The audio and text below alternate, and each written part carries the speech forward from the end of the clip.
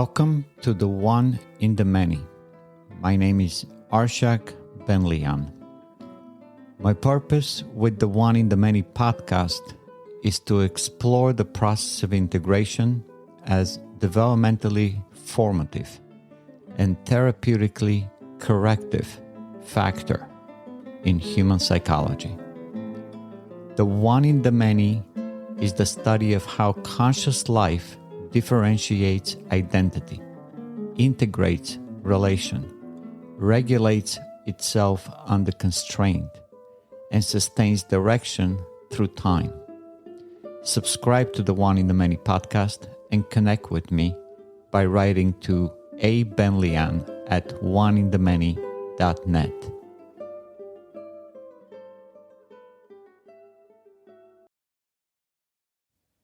Long before intention, long before words, even before memory, the nervous system is already at work.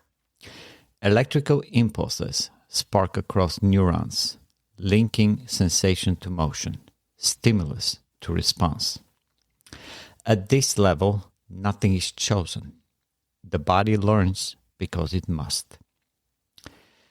Yet something remarkable happens as development unfolds. The same process that binds neurons to networks begins to bind experiences into meaning, thoughts into understanding, and values into purpose. What begins as biological necessity becomes psychological agency, and eventually existential direction. Human life begins in darkness, not metaphorically, but epistemologically. No one remembers the moment of his birth. There is no memory of first breath. No perceptual identification of mother or father. No conscious registration of entry into existence. And yet, there is no doubt about the reality of that beginning. Even more striking, there is no doubt about the bond that originates there.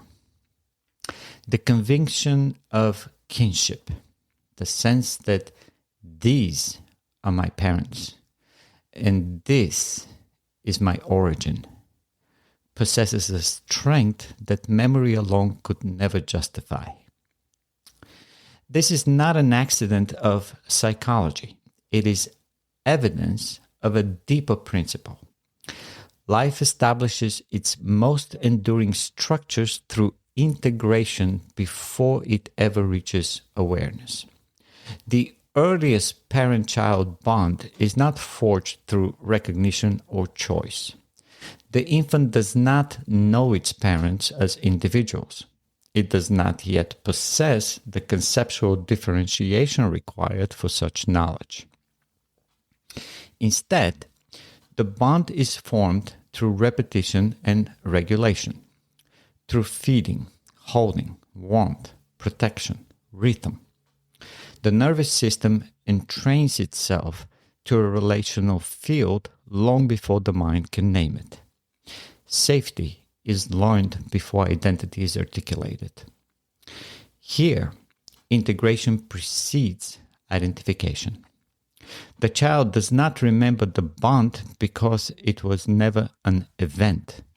It was a process, one that unfolded continuously, embedding itself into the structure of expectation, affect, and trust. By the time consciousness awakens sufficiently to ask, "Who am I?" the answer already contains, "To whom I belong." Memory is unnecessary where integration is foundational. A parallel structure appears in reproduction. A couple does not know the moment of conception. The act itself may be remembered, but the causal integration that initiates a new life is imperceptible. Awareness arrives later, through manifestation, through time, change, and consequence. Biology integrates first, meaning follows afterward. In both cases, something decisive occurs without conscious registration.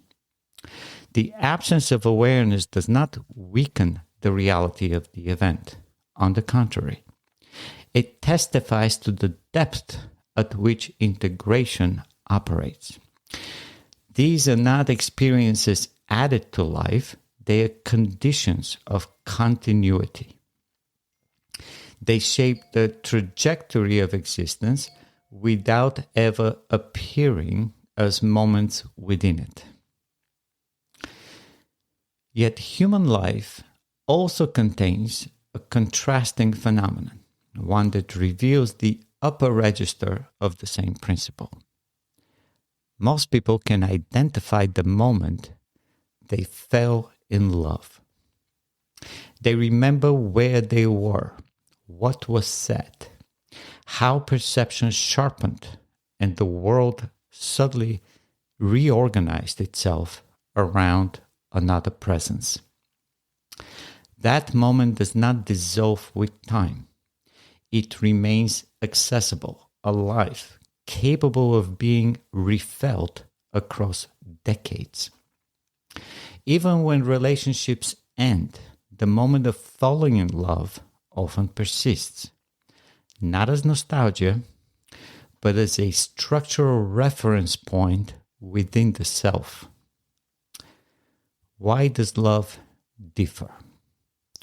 Because falling in love is integration with conscious identification. In that moment, perception, emotion, and valuation converge. Attention is focused, meaning is immediate. The past is reinterpreted as leading here. The future is projected as unfolding from here. The self does not merely attach, it recenters. Love introduces a new center of value. And values are not passive contents of consciousness. They are organizing principles. They shape motivation, direct attention, and structure action across time. This is why love can be remembered forever, not because it is preserved as an image, but because it becomes part of the architecture of identity.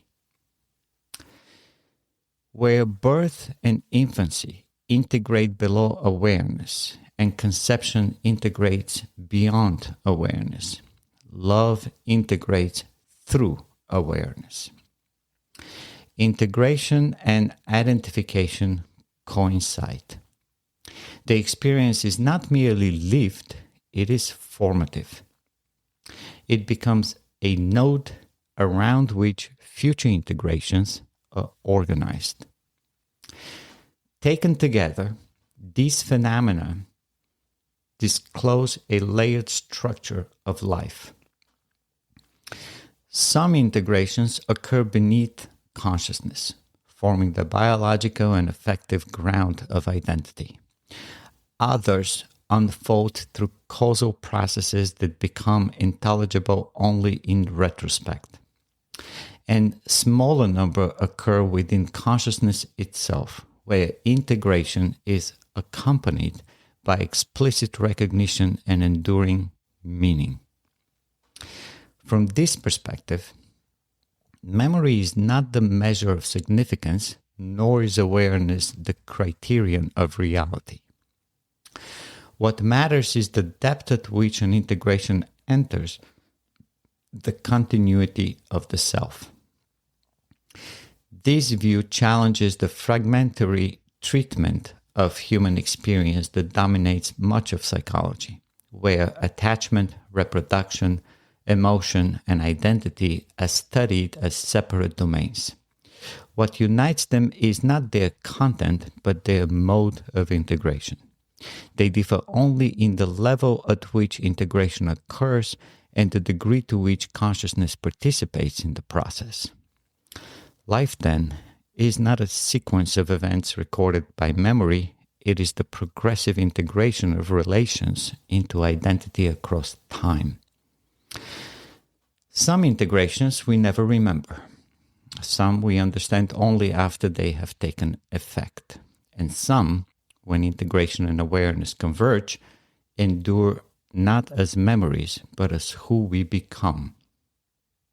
In this sense, love is not an exception to the structure of life. It is its most visible expression. It reveals what is otherwise hidden, that continuity is not sustained by recollection, but by integration, and that the self is not built from moments, but from the unifying processes that carry life forward. This is the story of integration across levels.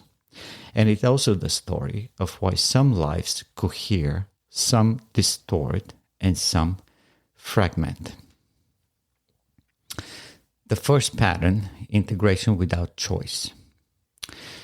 Consider a child learning to walk. There is no philosophy here, no intention to master locomotion. There is repetition, failure, imbalance, correction. Neural pathways strengthen. Movements become smoother. What once required effort becomes automatic. This is integration without volition. The child does not decide which neurons fire, but the system nonetheless organizes itself toward efficiency. Energy expenditure drops, stability increases. The many signals become one coordinated act. This is the biological prototype of integration, and it never disappears. Even in adulthood, neural networks continue to reorganize based on what we repeatedly attend to, practice, and emotionally reinforce. But at some point, something new enters the scene. The second pattern, integration with choice. As perception gives rise to thought, the human being gains the ability to hold multiple experiences in mind and relate them. The child who once only moved now begins to understand. Objects become grouped. Actions acquire meaning. The world is no longer just encountered, it is interpreted. This is where integration becomes volitional. Concepts do not form automatically. They require attention, comparison, and the willingness to resolve contradictions. A mind can integrate experiences honestly or evade them. It can unify perceptions into knowledge or leave them fragmented. Here the dim modes begin to diverge.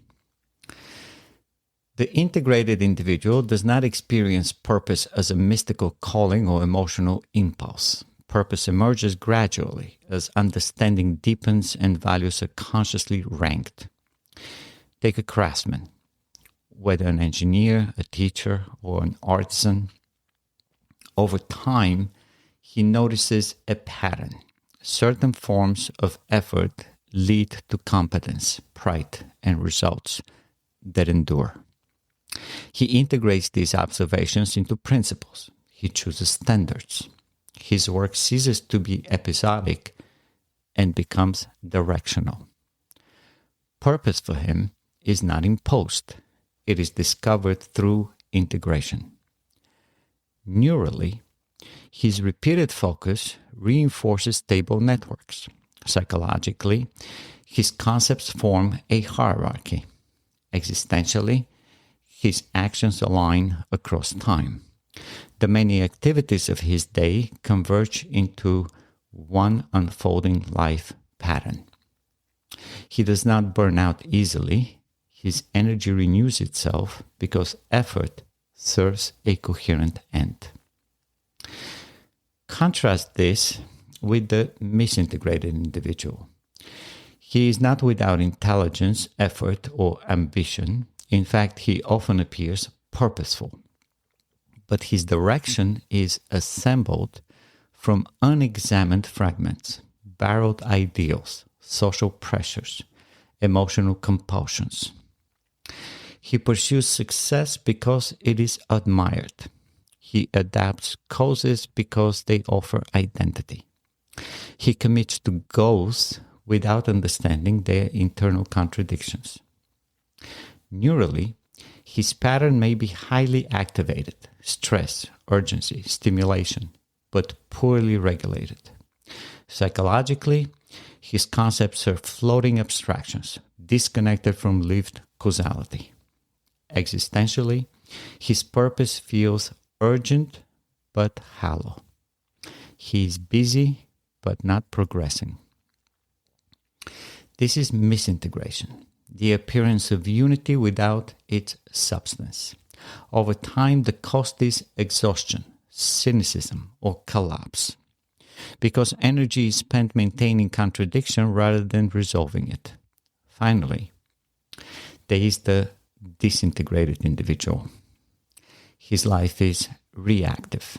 He responds to immediate stimuli, emotional surges, or external demands. There is no long-range integration, only momentary adaptation. He may be intelligent, even perceptive, but his experiences never consolidate into principles. Each failure is isolated. Each success is fleeting. Memory does not become knowledge. Effort does not become mastery. Neurally, pathways remain unstable. Psychologically, thought lacks hierarchy. Existentially, time feels like pressure rather than opportunity. Purpose for him feels alien, something others possess, not something one builds. This is not a moral failing, it is an integrative failure. What distinguishes these three lives is not talent, temperament, or circumstance. It is the degree to which integration is carried upward and forward. Purpose is not added on top of life like a slogan. It is the result of integration extended across time. Where neurointegration yields skill, conceptual integration yields understanding. Purpose integration yields identity. The integrated individual experiences himself as continuous across past, present, and future. The misintegrated individual experiences tension between who he is and who he claims to be. The disintegrated individual experiences only the present moment, unmoored from both past learning and future projection. Animals are integrated biologically. Machines are integrated functionally. Only humans integrate normatively by choosing standards, values, and ends. This is why purpose cannot be reduced to conditioning, habit, or neural wiring alone. Purpose is the expression of a mind that has learned not only how to act, but why. To live without purpose is not to live without activity. It is to live without integration across time. And to live with purpose is not to eliminate struggle. It is to ensure that struggle builds towards something unified. From the firing of neurons to the formation of concepts to the shaping of a life, integration is the quiet architect at work. Where it is honored, the many become one. The one gains the power to act, to endure, to become. Where it is evaded, life fragments, no matter how intense, busy, or passionate it appears. Purpose, in the end, is not chosen in a moment. It is earned through integration. Modern culture increasingly equates movement with progress, emotion with meaning, and activation with transformation. Few figures exemplify this tendency more clearly than the contemporary motivational industry, whose most visible representatives have demonstrated, often with genuine skill, the capacity to alter human states rapidly and at scale. Yet it is precisely this effectiveness that obscures a deeper philosophical and psychological error: the substitution of motivation for integration. This section does not critique any individual as such. It examines a methodological pattern, widely adopted, socially rewarded, and culturally reinforced, that treats psychological propulsion as though it were psychological development. The one in the many begins with a foundational distinction. A state is transient: emotion, arousal, confidence, focus. A structure is cumulative: identity, value hierarchy, integration density. States fluctuate, structures endure. Motivational systems excel at altering states. Through physiology, language, narrative, reframing, and emotional amplification, they reliably produce heightened energy, urgency, and resolve. What they do not reliably produce is structural reorganization, the slow, recursive integration of perception, concept, value, and action across time. This distinction is not semantic, it is causal. A system that repeatedly induces elevated states without consolidating them into structure creates cyclical activation rather than development. The individual moves but does not become. Within the one in the many, motivation is not a primary cause, it is an effect. Motivation emerges when values are integrated rather than merely declared. Emotional signals are proportional rather than amplified. Prior integrations reduce the energy cost of action. The self trusts its own continuity across time. When motivation is treated as a lever to be pulled, rather than a signal to be interpreted, it becomes a substitute for integration. This reversal produces a predictable pathology. Motivation is externally induced. Action follows briefly. Structural deficits remain. Energy depletes. The individual returns seeking reactivation. The system inadvertently trains dependence on stimulation rather than confidence in one's own integrated agency.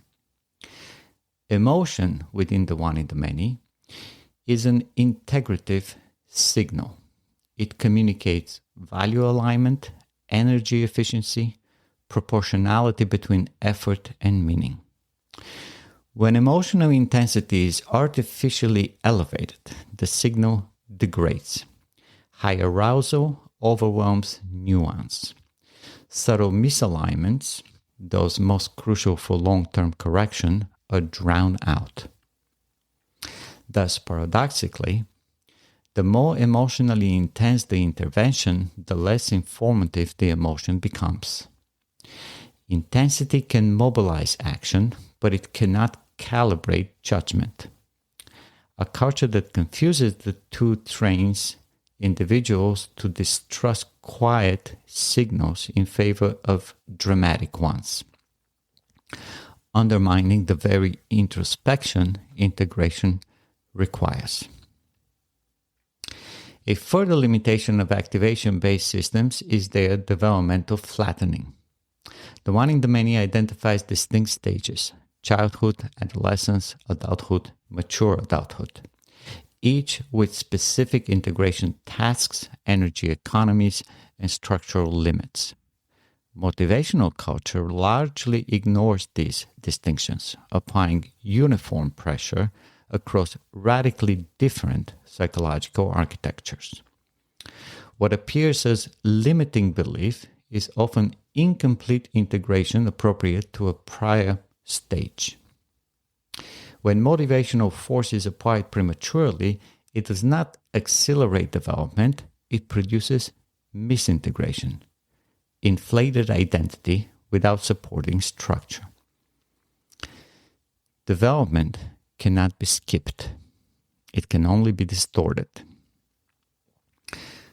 Volition is central to the one in the many, but never unconditioned. Volitional choice operates within context, biological capacity, prior integrations, available knowledge, and energy constraints. When decision is elevated above context, identity becomes performative rather than earned. Declarations replace development. Confidence becomes brittle. Self-esteem loses its causal basis. The one in the many's principle is uncompromising. Volition without integration destabilizes the self. Motivational systems often justify themselves pragmatically. It works. The one in the many does not dispute short-term efficacy. It questions causal completeness. Absent are boundary conditions, failure modes, developmental contraindications, long-term cost accounting. Without this, technique accumulation replaces understanding, and success stories obscure systemic fatigue. What works episodically may fail developmentally. From the one in the many perspective, the familiar arc of motivational burnout is not user failure, but systemic outcome. Activation, emotional elevation, short-term productivity, energy depletion, disillusionment, renewed dependence on external stimulation. This cycle reflects a system optimized for movement, not integration. Motivational methodologies are not intrinsically harmful. Within the one in the many, they may function as temporary scaffolding during periods of acute disintegration or transition. Their error lies in being mistaken for a philosophy of development. The modern motivational culture confuses propulsion with formation, energy with meaning, and activation with becoming. The one in the many offers a corrective. Sustainable agency is not generated by intensity, but by integration. The goal is not to feel powerful, but to be coherent. Motivation that must be summoned repeatedly is a symptom, not a solution. This critique is not an indictment of motivation, it is a boundary-setting principle. Motivation is legitimate only when subordinated to integration. When elevated above it, motivation accelerates motion while eroding identity.